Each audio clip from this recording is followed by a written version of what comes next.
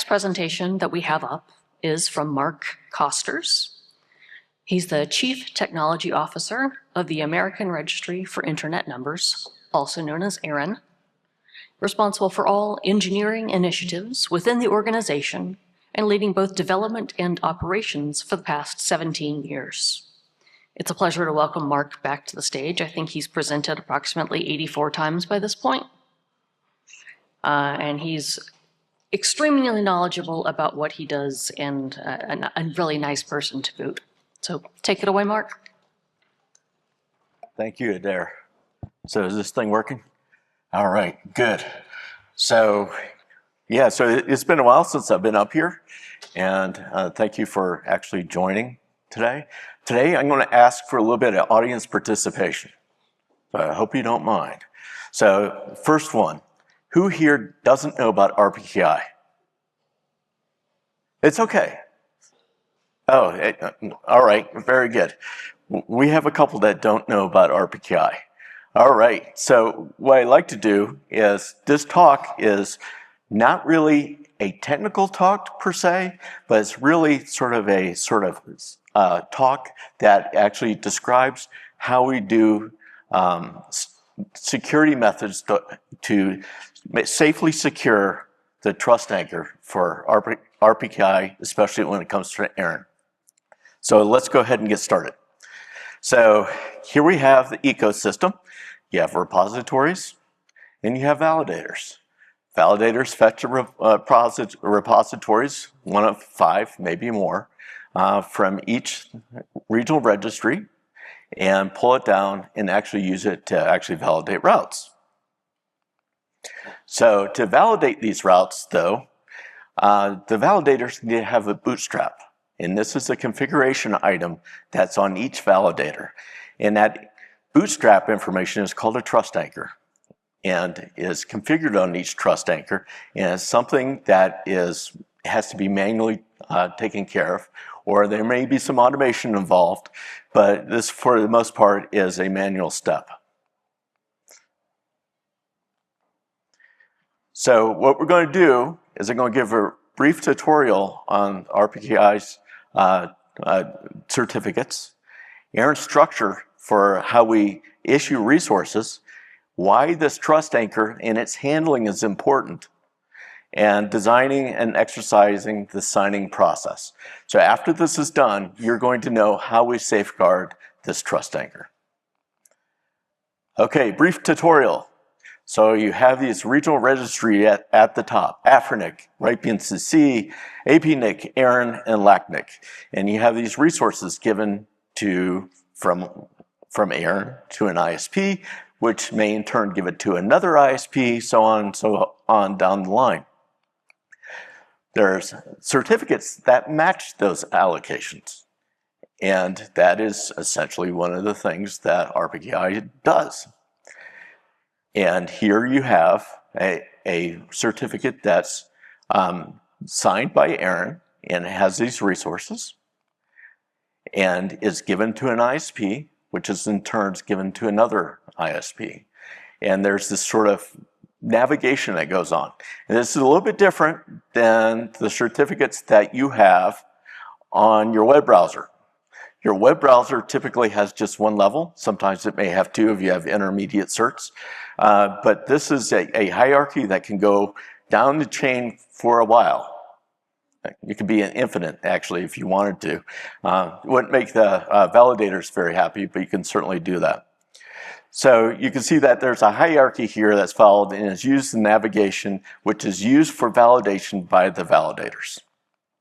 And here you can see that the last step of this is actually creating a ROA that actually goes up the tree that you can actually validate.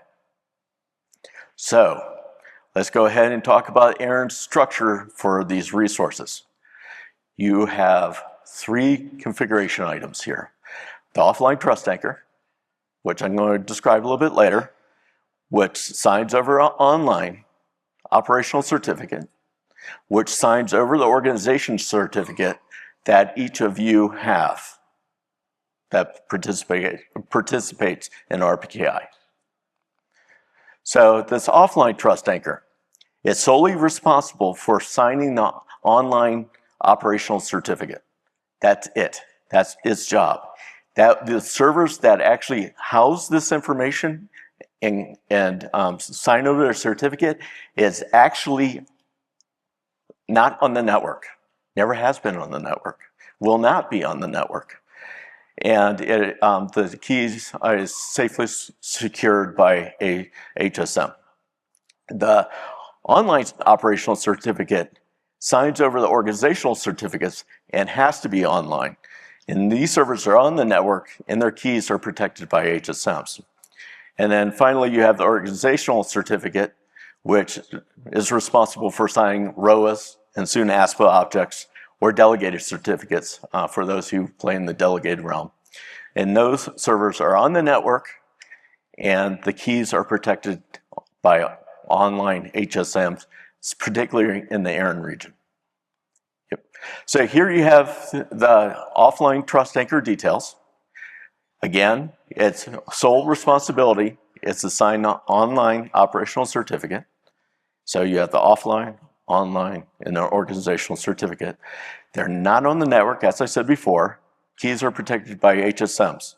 So there's a key signing request that happens, a CSR, that goes, and it's done by hand and manually, and transferred from the operational certificate servers to the offline to sign, and then bring back to the online certificate, operational certificate servers, and stored in an HSM.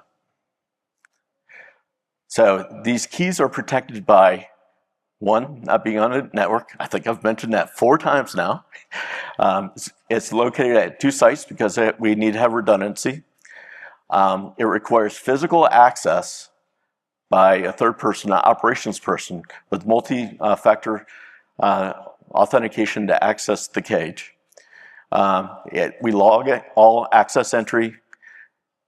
The safe location we have at each site that stores the keys that I'll be talking about in the future here has cameras monitored on it, and we store the data on tape, and we use dual custody safes.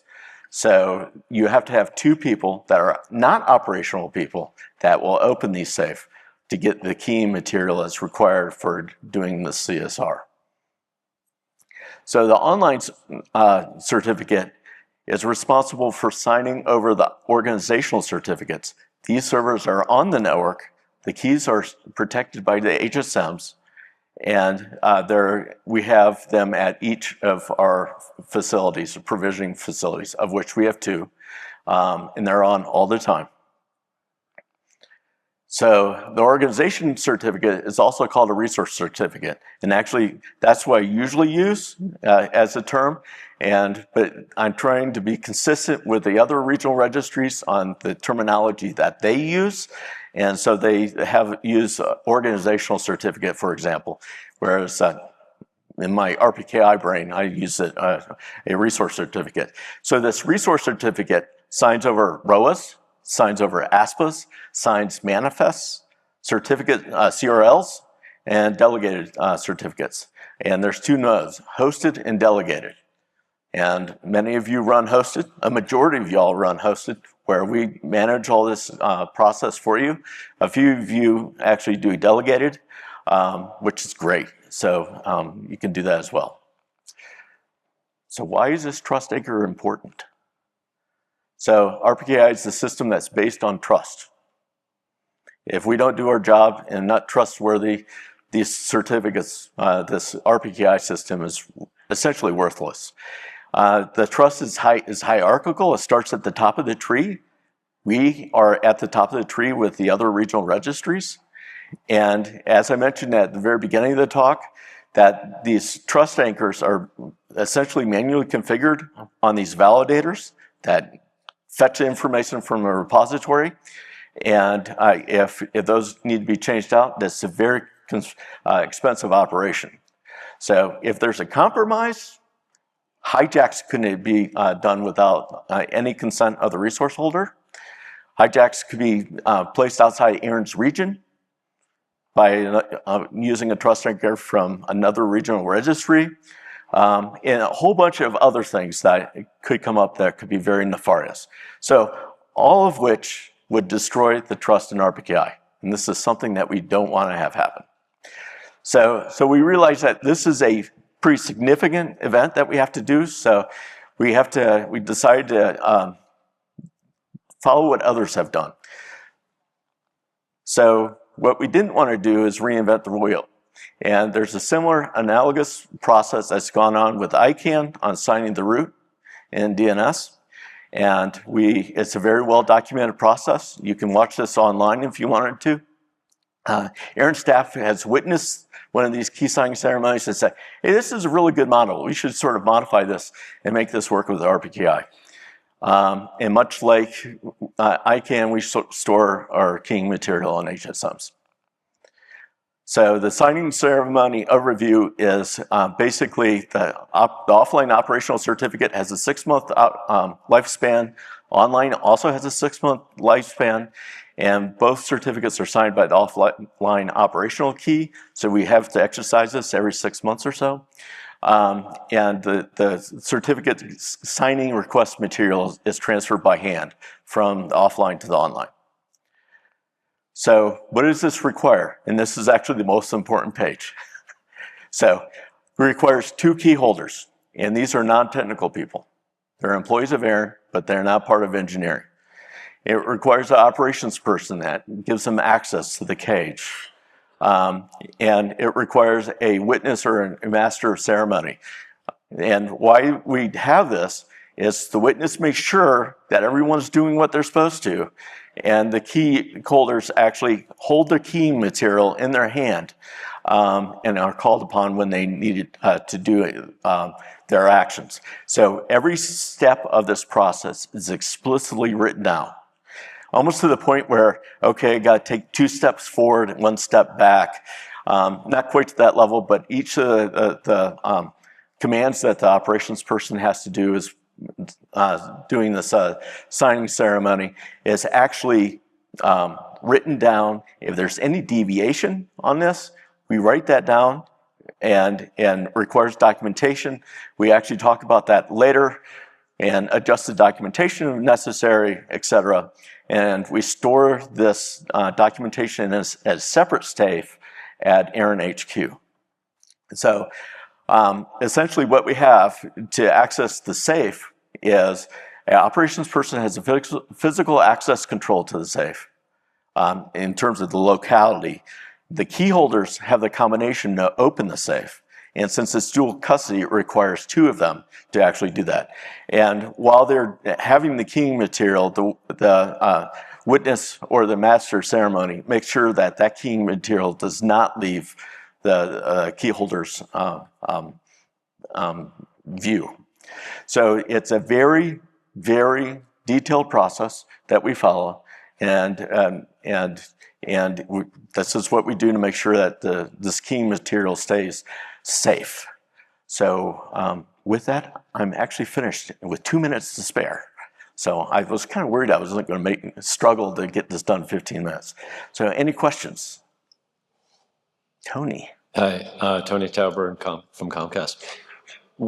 So if you require 2 key holders for the dual custody reason that you mentioned, which makes total sense, are there other key holders in case one or other of those are on? Yes, yeah. There's really two parties. There's key holder A, key holder B, and each of them has like 3 people in their respective groups. Thanks. You're welcome. Hi, Rich Compton, Comcast as well.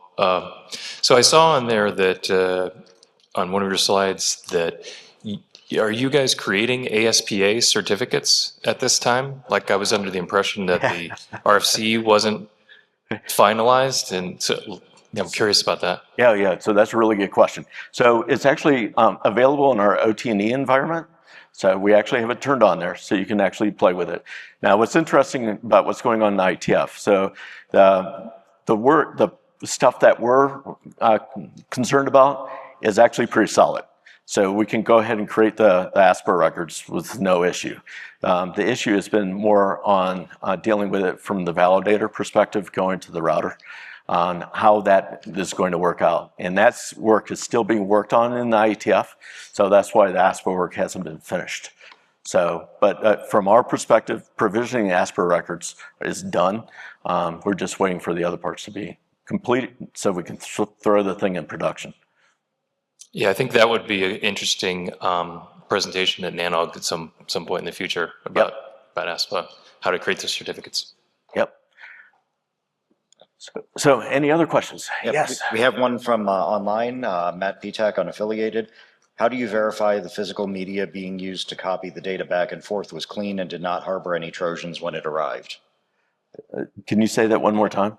How do you verify that the physical media being used to copy the data back and forth was clean and did not harbor any Trojans when it arrived? So basically we use hardware tokens for these devices that are totally wiped before we actually bring them online. We don't find them in the parking lot because that's what he's worried about. So that's in there. That keying material, those tokens are actually stored in the safe. So so if you found one in the parking lot, it's definitely not ours. Good deal. Thank you. You're welcome. Any other questions? Great. Well, you've been a wonderful audience. Thank you so much.